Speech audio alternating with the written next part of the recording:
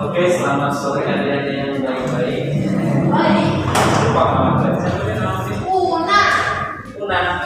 Universitas Andalas. Una, nama asli dari nama panggilan. Una dan Rizky. Rizky banyak rezeki ya kan? Ya, rezeki. Berarti kita bahas mengenai virus ya. Ya. Oke. Kita bahas mengenai virus. Virus itu berbahaya nggak? Berbahaya ya. Nah, Apa di luar itu belajar virus? Sedangkan virus itu berbahaya, nggak ada manfaatnya.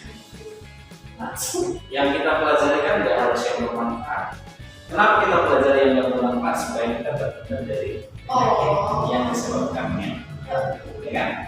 Nah, jadi dunia itu pasti ada positif, ada negatif, ada keuntungan, ada kerugian. Jadi dua-duanya harus kita lihat. Kan di dalam kita ini pasti kita mendengar orang-orang yang berkata positif sama negatif. Tinggal kita mau bagaimana menerimanya, apakah itu sama yang kita lakukan. Jadi memang ini negatif. Justru karena negatif, supaya kita terhindar, maka kita harus mempelajarinya. Nah, ini berasal dari artinya dulu ya. Ini bisa dikatakan virion. Virion itu artinya racun.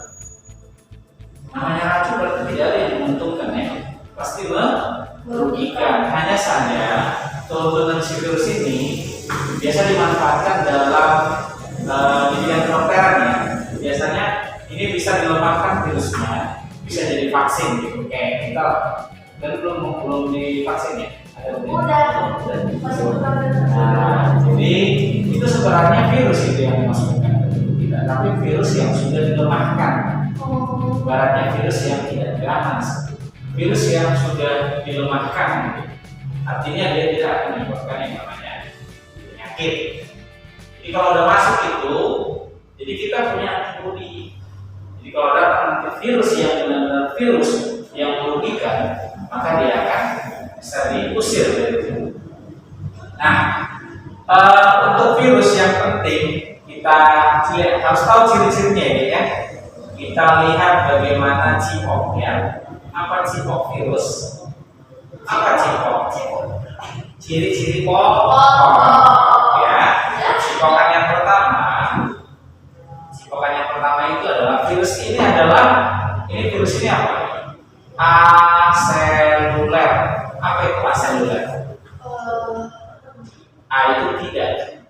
Seluler sel berarti tidak sel. Jadi virus itu bukan sel. Jadi nggak ada pernah sel virus di bawah ini, karena dia bukan sel. Kalau kita sel manusia, sel darah kan gitu. Ini enggak. Dia bukan sel. Kenapa? Ada alasannya. Kenapa dia bukan sel? Karena memang dia tidak memiliki yang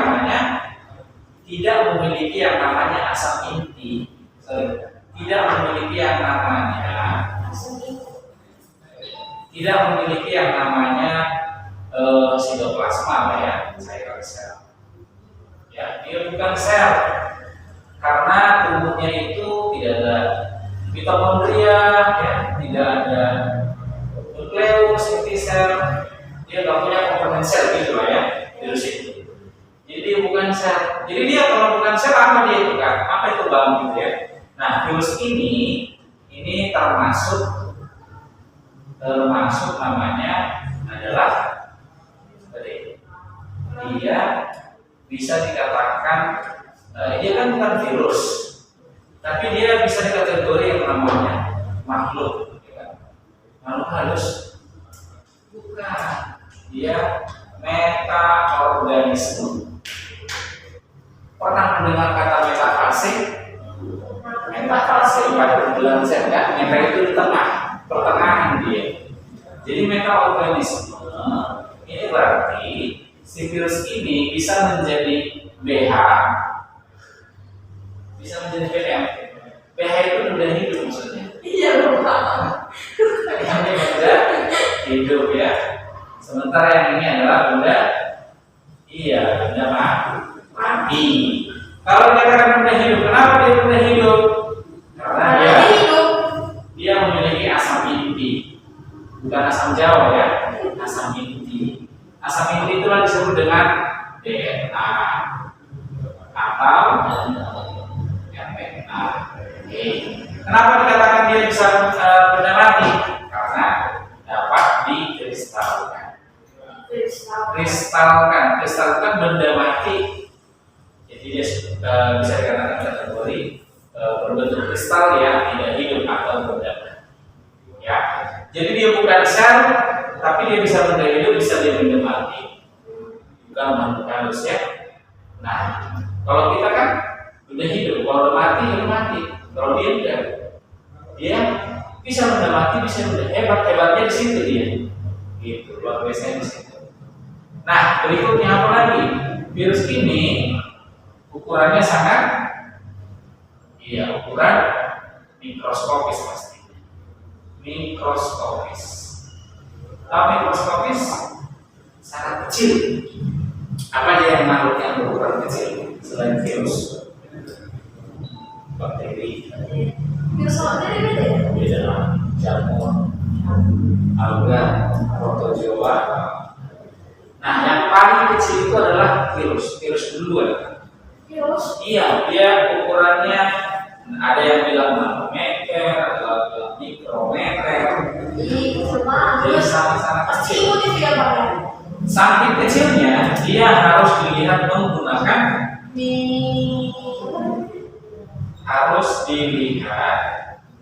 dengan mikroskop. Dan mikroskopnya itu adalah mikroskop elektron. Ini mikroskop yang perbesarannya jutaan kali. Jutaan tahu kan? Satu dengan sejuta beda.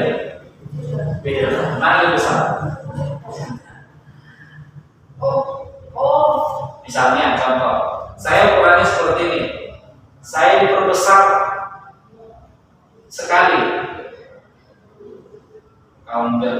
Saya diperbesar 2 kali. Berarti makin besar ya. Itu 2 kali loh. 4 kali lebih besar. Juta kali. Kenapa harus diperbesar sampai jutaan kali? Karena dia kecil. Supaya bisa dilihat sekarang.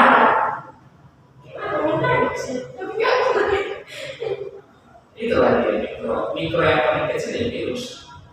Kenapa dia harus menggunakan ini supaya bisa dilihat? Kenapa? Kalau lihat bisa dipelajari. Gimana sih bentuknya kan gitu ya supaya bisa dia mati.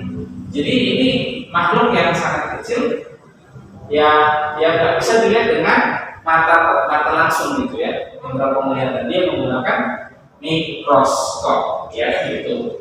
Nah ini kalau misalnya inilah beberapa contohnya. Tadi kan cirinya sudah ada sel, kemudian metabolisme, mikroskopis, ya kan? Untuk beberapa cirinya. Nah, kita lihat untuk ciri yang lain hanya dapat hidup di mana? Di sel atau jaringan yang hidup atau yang mati? Yang hidup. Berarti maksudnya saya hidup ya. Jadi manusia itu menjadi tempat rumah si virus. Kalau manusia juga mati, dia nggak mau milih di situ tempatnya. Dia rumahnya hidup. Jadi di spidol ini nggak bisa di kursi nggak bisa, karena memang itu benda mati kan gitu. Makanya di sini kata-katanya hanya dapat hidup di sel atau jaringan yang hidup. Ya, contohnya ya hidupnya hidup di sel tubuh manusia, ya kan? Hewan, apa lagi? Tumbuhan dan yang lain. Pokoknya syaratnya harus yang hidup. Tapi kalau manusia udah mati ya juga dia hidup dan hidup. Kenapa rupanya harus yang tempat hidup? Karena dia butuh sel. Dia punya sel. Jadi sebenarnya pun kayak kan kita kan kalau lagi COVID kan kita pakai prokes. Misalnya virus nempel di sini. Bila disinfektan atau hand sanitizer kita semprot dia, baru ini ada virus juga sebenarnya. virusnya gitu. Iya. Virus itu kan mikro apa? Dia kan omnipresent. Omnipresent itu jangan. Iya, memang di mana-mana di luar saya ada sebenarnya. Tapi kan khawatir kalau pun ada mikroorganisme itu, harapannya dia nggak patogen ya. Kalau itu kan dia virus yang jago, dia bisa ganas yang bisa menyebabkan penyakit. Tapi rata-rata sih masih kategori mikroorganisme yang normal ya, ganas. Kalau pun ganas kita punya imunitas, kita punya leukosit, ya kan, yang bisa kita punya antibody. Nah, hanya dapat hidup di sel atau jaringannya hidup. Itu dia. Berikutnya, memiliki hanya satu asam inti. Ini tadi udah sebutkan ya, yaitu apa tadi? DNA atau RNA. Jadi nggak boleh dua-duanya. Kalau bakteri bisa dua, bisa DNA, bisa RNA. Ya, makanya di sini nanti muncul ditemukan ada dua macam virus, ada virus DNA, ada virus RNA. Kenapa bisa seperti ini? Karena itu tadi, karena mereka virus itu memiliki hanya salah satu, nggak ada virus DNA plus RNA, nggak ada. Dia salah satu. Ini sering ditanya di PTN ya. Oke, itu dia, hanya memiliki satu asam inti. Bentuknya gimana sih? Bentuk tubuhnya, ya jawabannya bervariasi. Misalnya, yang paling besar itu kita ambillah si bakteriofagi. Bakteriofagi ini dia bukan bakteri ya, virus. Ini virus yang menyerang bakteri. Virus yang menyerang si bakteri. Ini bentuknya lebih besar, gitu ya. Ya, kita buat sepertinya. Kepalanya segi 6, gitu ya. Dia ada kriwil-kriwilnya, kemudian bulat. Nah, seperti ini. Nah, ini bakteri. Bentuk tubuhnya, kalau ada yang mengatakan bentuk seperti huruf T, tapi T yang berbalik. Ini kan, nah, asalnya bentuk. Ada yang bulat, ya, ada yang oval, bervariasi ya, ada yang batangan.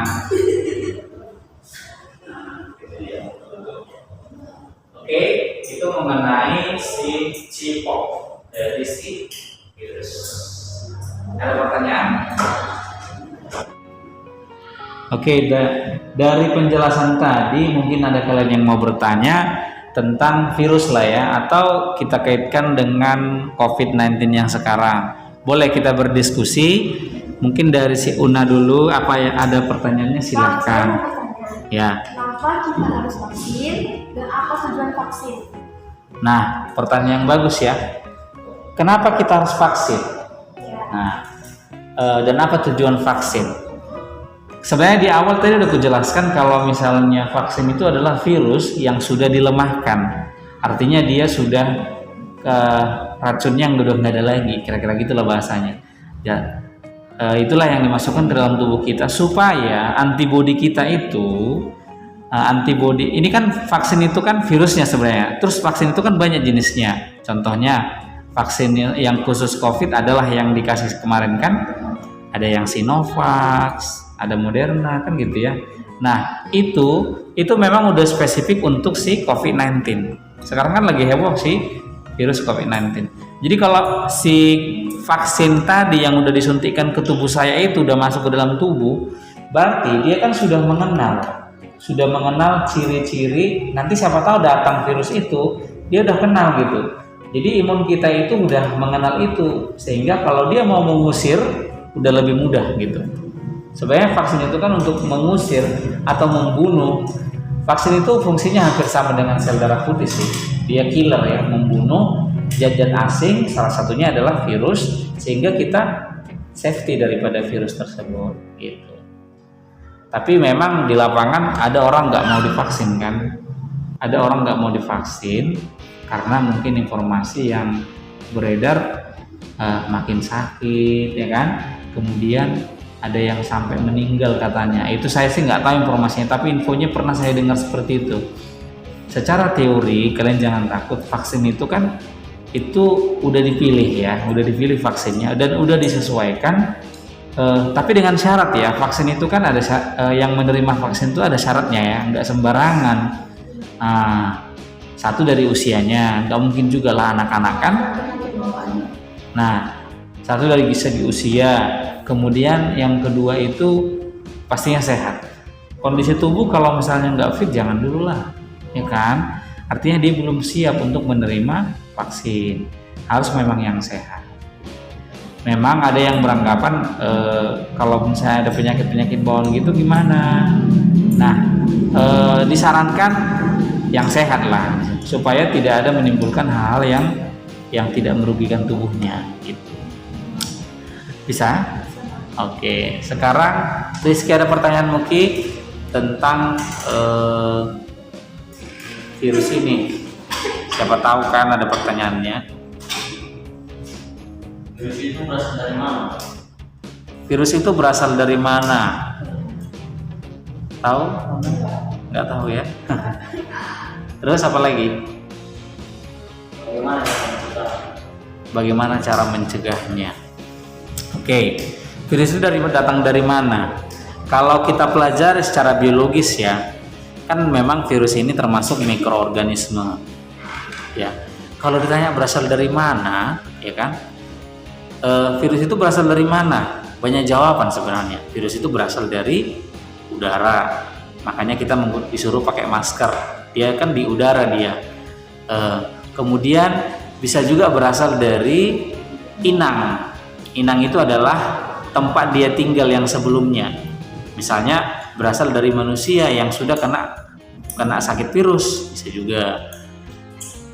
Ada juga beranggapan ya virus itu kan memang makhluk hidup yang sudah ada, diberikan sama yang Maha Kuasa. Betul, itu nggak salah juga sih jawabannya. Jadi banyak jawaban untuk pertanyaan tadi, Ki. Dari mana datangnya? Sama seperti kita datang dari mana? Mungkin dari orang tua jawabannya, ya kan? Orang tua dari mana? Ya pasti dari Sang Pencipta, kan gitu ya. Berasal dari mana untuk saat ini banyak ya.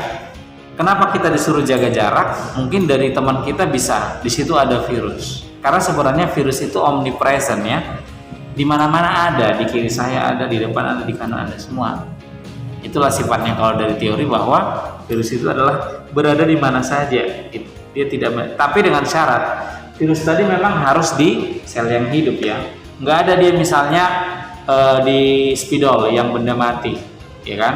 Nggak ada. Kalaupun ada dia pasti nggak bertahan. Dia kan harus di sel yang mati dia, yang hidup. Bagaimana cara mencegahnya gitu tadi kan? Cara mencegahnya untuk saat ini makanya diupayakan kita menggunakan protokol kesehatan, salah satu adalah masker. Kenapa? Karena pernapasan ya, yang langsung aktivitas kita yang langsung kena ke bagian tubuh kita itu biasanya adalah tangan kemudian ke hidung gitu. Tangan ini kan biasanya jahil ya, langsung pegang telinga, langsung ini. Makanya ketika ada masker itu akan berfungsi lah gitu. Kemudian kalau kita keluar, kita menggunakan masker, kita terlindungi dari pernapasannya itu. Tapi kalau misalnya udah masuk kayak mana? Pasti isolasi mandiri ya, minum obat, pasti ke rumah sakit, ikutin peraturannya, apa yang harus dilakukan ya diikutin aja. Dan supaya terhindar juga kita harus tenang. Sekarang kan banyak berita ya, berita kalau misalnya dia udah alumni dari positif virus corona gitu, berarti udah gimana gitu, udah heboh. Itu yang salah. Kita harus tetap tenang, berpikir positif, karena itu mempengaruhi. Kemarin kalau nggak salah ada dokter, ini dokter loh, dokter udah kenal lah pasti kayak mana virus itu kan. Kita aja nggak dokter tahu kan gitu. Tapi dokter ini masih kategori 30-an loh. Saya 38 atau 39 kemungkinan. Nah kemudian dia entah kenapa dia kena gitu. Dari mana virusnya kita nggak tahu juga kan. Dia positif gitu. Ketika dia tahu dia positif, dia langsung down, langsung bukan, dia langsung dia fisiknya langsung menurun gitu loh. Karena dia kayak nggak terima gitu. Aku kena gitu loh, ngerti kan? Nggak lama loh, nggak menghitung mungkin sekitar 1-2 hari gitulah dia sudah meninggal gitu. Kenapa? Karena drop tubuhnya. Itu tadi pikiran. Ya iyalah. Kalau drop itu maksudnya kepikiran, langsung panik, stres. Iya, makanya disuruh tenang. Kalaupun misalnya saya contohnya positif nih, saya nggak boleh panik gitu. Kalau kalian lihat pun orang-orang yang udah pernah positif, pasti bisa sembuh ya. Itu tadi, jangan langsung panik, jangan langsung aduh kayak mana aku mati laku, jangan gitu. Tenang aja, karena semua orang mungkin akan mendapatkan itu gitu kan. Nah, ya kita kan ada alat pertahanan tubuh kan, ada sel darah putih. Bagi yang udah vaksin berarti ada antibodi kan gitu. Nah, ini kalau misalnya dia langsung down gitu, langsung mikirkan yang aneh-aneh dan kayak nggak terima gitu, ya udah imunitasnya langsung turun dan virusnya langsung menggerogoti kira-kira gitulah ya, akhirnya meninggal dunia. Itu dia.